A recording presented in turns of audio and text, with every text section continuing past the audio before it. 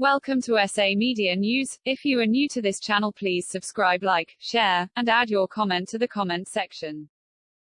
Nesisigoduka abathandi bomculo kaMaskandi madoda abathandi beThwasa lekhansela akekho kongazi ukuthi mhla u7 kuDisemba siyakhukhula madoda siyakohlangana siyojabula eKingswellithini bathi yini sesigoduka umculo kaMaskandi ozokuqala ukuthi wenzeke uzophinda wenzeke kodwa ke ngithi ake ngithathe leli thuba ngidlulise ngenami ikakhulukazi kubahleli balomculo bili bathi mase bekhipha ama-poster bakhipha i-poster bangangitshela ukuthi badinga i-poster bavele bayikhethela bona bakhetha i-poster endala embi bayifaka bayisabalalisa kungongekho emthethweni ngokujwayelekile umuntu ke uthi akasende i-poster ukuze ufake i-poster okuyiyona esuke izoliculisa i-artist neli promoter ngoba ufaka i-poster engalungile so ulimaza i-artist sokuthi basabalalisa ukuthi mina noba huphe bayasiqhatha ngengoma emcimbini engikholela ukuthi umcimbi lo esiyakuzijabulela kuwona sijabulisa abalandeli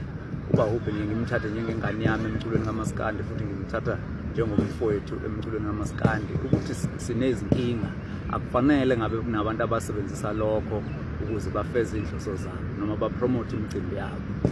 so ngaleyo ndlela enjalo ke angikho happy phandle kwemvumo yami uma ngabe ukuthi mhlambe ke yena kuba huphe bavumelene naye kulungile but mina njengoThwasa lekhansela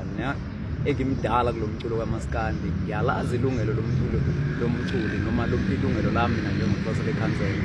and ngiyazi lento ukuthi uma ngabe kuthiwa ayiqhubeke lento bayijwayela abahleli bemcimbi ukuthi bathi bayasiqhatha ukuthi ingabhebhezela udlame ikakhulukazi eSouth Coast kunesikhathi la ingeni ngaboni ngasolinye kunesikhathi la enini ngaboni ngasolinye manje ngabaculi kodwa futhi kusuke kungafanele ukuthi kube yinto leyo ebhebhezelwayo ukuthi iye phambili ngani ngoba yenza kube nzima ngelinye ilanga ukuthi lezo nkinga zilungiswe so ke ngalamazwi engiwashoyo ngithi mina angikho happy